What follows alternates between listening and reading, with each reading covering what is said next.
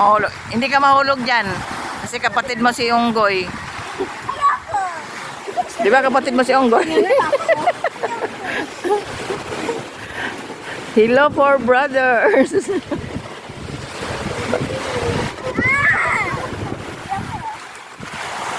Anong ginagawa mo dyan? Akyat. Sa tahimik. Si Daniel ang lalim nang iniisip. Bakit nandiyan ka sa puno ng kahoy? Magsiakyatan. Smile! Smile! Smile, Daniel!